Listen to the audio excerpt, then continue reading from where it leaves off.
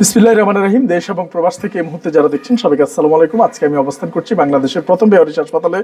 এখানে বেয়ারিশ যে 70 জন বেয়ারিশ মা বাবা রয়েছে, পচাগলা রাস্তা থেকে ড্রেন ডাস্টবিন থেকে তুলে নিয়ে আসা, এবং পাশাপাশি 120 শয্যার হাসপাতালটিতে যে সমস্ত মানুষের দুনিয়াতে কেউ নেই ঠিক তারাই এখানেও চিকিৎসা, খাবার এবং বাকি জীবনের পুনর্বাসন ব্যবস্থা করা হয়েছে। যদি কেউ না নেয়, আমৃত্যু এখানে তারা থাকে।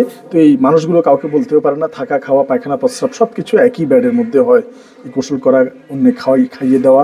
তো এই মানুষগুলোর জন্য আসলে আমরা এই বিশাল খরচের বহরে ভালো কিছু আয়োজন করতে পারি না, কিন্তু তারপরও সৃষ্টিকর্তার রহমতে কিছু মানুষ যুগে যুগে এই ভালো মানুষগুলো তাদের খাবারের ব্যাপারে উসিলা হিসাবে আল্লাহর পক্ষ থেকে এসেছে। তারই ধারাবাহিকতায় আজকে স্পেশাল যে খাবারের আয়োজন, এই মোহাম্মদ মনসুরুল আজিম ভাই, তিনি ওনার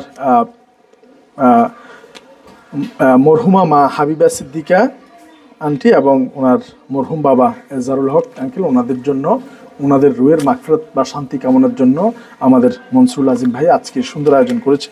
প্রত্যেকের জন্য আমরা ডিম রেখেছি, আমরা কোল্ড ড্রিঙ্কস রেখেছি, আমরা একটি খাসি জবাই করে মাংস রেখেছি এবং একটি সবজি রেখেছি এবং পোলাও রেখেছি। যে সাদা ভাত খায় তার জন্য সাদা ভাত সহ একটি সালাদ সহ আনুষঙ্গিক এই কার্যক্রমগুলো চলমান রয়েছে, আমরা দেখতে পাচ্ছি।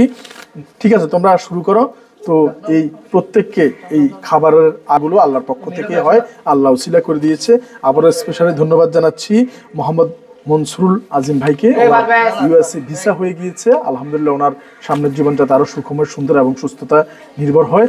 এবং ওনার বাবা মরহুম এজারুল হক এবং ওনার মা মরহুমা হাবিবা সিদ্দিকা একটি সুসন্তান ধারণ করেছে আমাদের মনসুরুল আজিম ভাই। ওনাদের রুহের মাগফিরাতের জন্য উনি যে আয়োজন করেছে, ভবিষ্যতে যাতে আল্লাহ পাক ওনাকে এই বেয়ারিশ মানুষদের অভিভাবক হিসেবে এই ধরনের আয়োজন করার তৌফিক দান করে। ইনশাল্লাহ আমাদের কার্যক্রম এখন চলমান, সবাই আমাদের জন্য দোয়া করবেন। ধন্যবাদ সবাইকে। বাংলাদেশের প্রথম বেয়ারিশ হাসপাতাল থেকে আসসালামু আলাইকুম রহমতুল্লাহ বারাকাতুহু।